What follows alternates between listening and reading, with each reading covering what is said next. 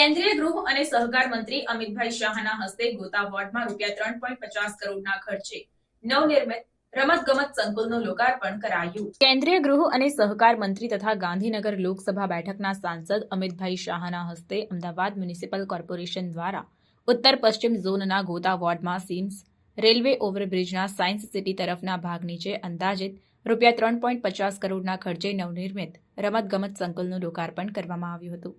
આ અવસરે મુખ્યમંત્રી ભૂપેન્દ્રભાઈ પટેલ તેમજ ગૃહ અને રમતગમત મંત્રી હર્ષ સંઘવી પણ ઉપસ્થિત રહ્યા।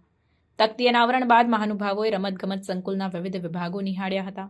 આની સાથે કેન્દ્રીય ગૃહમંત્રી અમિતભાઈ શાહ સમક્ષ અમદાવાદ મ્યુનિસિપલ કોર્પોરેશન દ્વારા નિર્માણ થનાર ઇસ્કોનથી પકવાન આઇકોનિક રોડનું પ્રેઝન્ટેશન રજૂ કરવામાં આવ્યું। આ ઉપરાંત અમદાવાદના પેલેડિયમ મોલ પાસે થતા ટ્રાફિકના સોલ્યુશનનું પણ એક પ્રેઝન્ટેશન તજજ્ઞો દ્વારા રજૂ કરાયું હતું। આ બંને પ્રેઝન્ટેશન નિહાળીને કેન્દ્રીય મંત્રી અમિતભાઈ શાહ અને મહાનુભાવોએ પોતાના સૂચન આપીને માર્ગદર્શન પૂરું પાડ્યું।